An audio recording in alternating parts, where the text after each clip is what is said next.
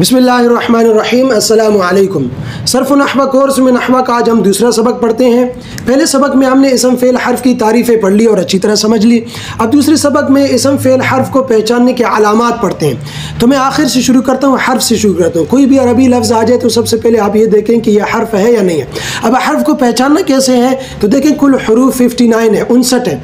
इनमें से भी मैं 15 निकाल देता हूँ क्योंकि 15 ऐसे हरूफ है जो ज़्यादा इस्तेमाल नहीं होते। रह गए 44, 44। तो ये 44 हरूफ अगर आप याद कर लें, कॉपी में लिख कर अगर 5-6 मरतबा या 10 मरतबा अच्छी तरह इनको देख लें तो ये आपके दिमाग में बैठ जाएगा। तो हरूफ का मसला आपका हल हो जाएगा। इनको याद कर लेंगे, कोई भी लफ्ज़ अगर हर्फ होगा तो फ़ौरन आप पहचान जाएंगे ये हर्फ है।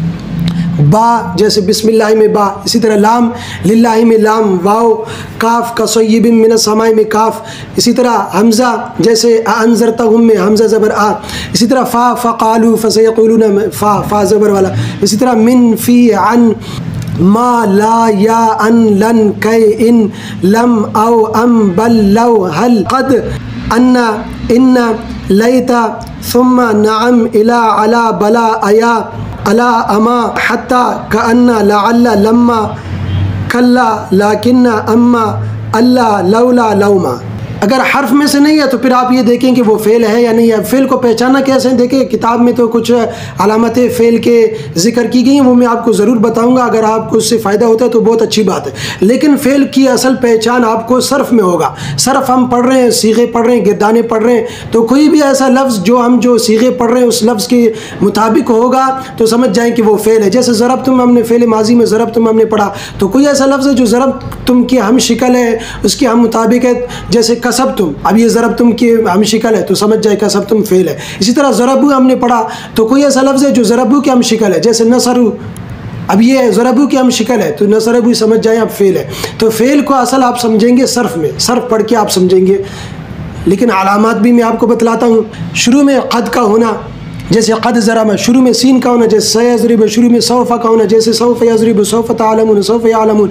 इसी तरह शुरू में हर्फ़ जज़म का होना है। हर्फ़ जज़म 5 है, इन लम लम्मा लाम अमर लाई नहीं। हर्फ़ जज़म कैसे पहचानेंगे, उस लफ्ज़ का आखिरी हर्फ साकिन होगा। इसी तरह वो लफ्ज़ अमर का हो, वो लफ्ज़ ऐसा हो जिसमें किसी काम का हुक्म दिया गया हो, जैसे इज़रिब मारो, या वो लफ्ज़ ऐसा हो जिस किसी काम से रोका गया हो, मना किया गया हो, जैसे ला तज़रिब। ये कुछ अलामात है, ये आप देख लें। अगर फ़ेल में से भी नहीं है तो फिर ज़ाहिर सी बात है फिर इसम ही होगा। लेकिन फिर भी मैं इसम के अलामात में आपको बतलाता हूँ। इसम के सिर्फ मैं आपको 8 अलामात बतलाऊँगा आसान अंदाज में। उनमें से 3 ऐसे अलामात है जो उस लफ्ज़ के शुरू में होंगे, 4 ऐसे अलामात है जो उस लफ्ज़ के आखिर में पाए जाएंगे, 1 ऐसी अलामत है जो उसी लफ्ज़ में गौर करके आपको पता चलेगा। तो शुरू की अलामात में से पहली अलामत शुरू में अलिफ लाम का होना, जैसे अलहम्दु, अब ये हम्दु इसम है क्योंकि शुरू में अलिफ लाम है। इसी तरह शुरू में हर्फ जर का होना। अब हर्फ जर कुल 17 है, लेकिन मैं आपको सिर्फ 10 बता दूँ क्योंकि 10 ज़्यादा इस्तेमाल में होते हैं। बा जैसे बिस्मिल्लाह में बा, इसी तरह काफ जैसे कसय्यिबिन में काफ, इसी तरह लाम लिल्लाहि में लाम, इसी तरह वाव, लेकिन वाव कसमिया, वाव वो वाव जिसका तर्जुमा कसम से होता हो, वाव कसमिया, जैसे वशम से वज़ुहा, कसम है सूरज की, कसम है तेरे जुल्फ़ों की, तो वाव कसमिया ये हर्फ जर कहलाता है।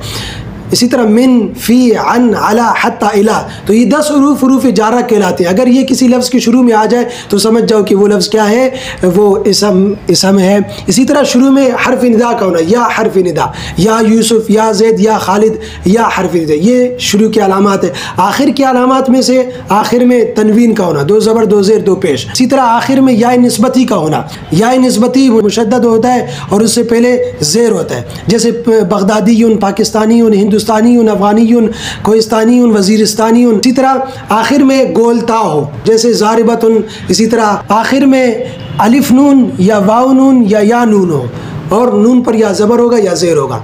अलिफ नून वाव नून, उस लफ्ज़ के आखिर में अलिफ नून वाव नून या नून होगा, नून पर ज़बर होगा या ज़ेर होगा, कुछ भी हो।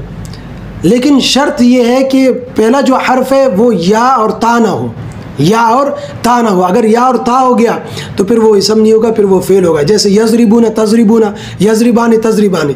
अब ये ऐसे लफ्ज़ हैं इनके आखिर में अलिफ नून और वाव नून आ रहा है, लेकिन शुरू में क्या है, शुरू में ता और या है। यजरिबून तजरिबून, यजरिबान तजरिबान, शुरू में या और ता है, तो ये फिर इसम नहीं, ये फिर फेल है।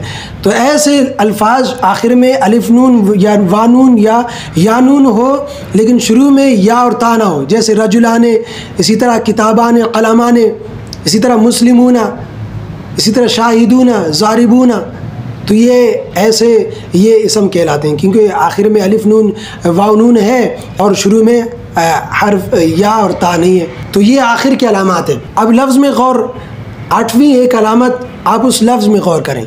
अगर वो लफ्ज़ किसी जगह या किसी आदमी या किसी जानवर या किसी चीज़ का नाम है तो फिर वो क्या है, इसम होगा। जैसे ज़ैद है, मक्का है, मदीना है, कलम, किताब, गाय, बैल, भैंस, इस तरह अमेरिका, कोयटा, कराची, पाकिस्तान, अफ़गानिस्तान। तो ये इसम फ़ेल हर्फ के अलामात आसान करके मैंने आपको बतलाया। अगले मरहले में, अगले एपिसोड में 3 अलामात इसम कैसी हैं, वो थोड़ा मुश्किल है, तलबा को समझने में थोड़ा मुश्किल पेश आती है, तो वो अगले एपिसोड में वो 3 अलामतें बताऊंगा। फिर उससे अगले एपिसोड में इंशाल्लाह इजरा करेंगे, इनको बाकायदा कुरान से इजरा करेंगे। इजरा असल है, इजरा में आप इंशाल्लाह इनको समझना आपके लिए आसान होगा।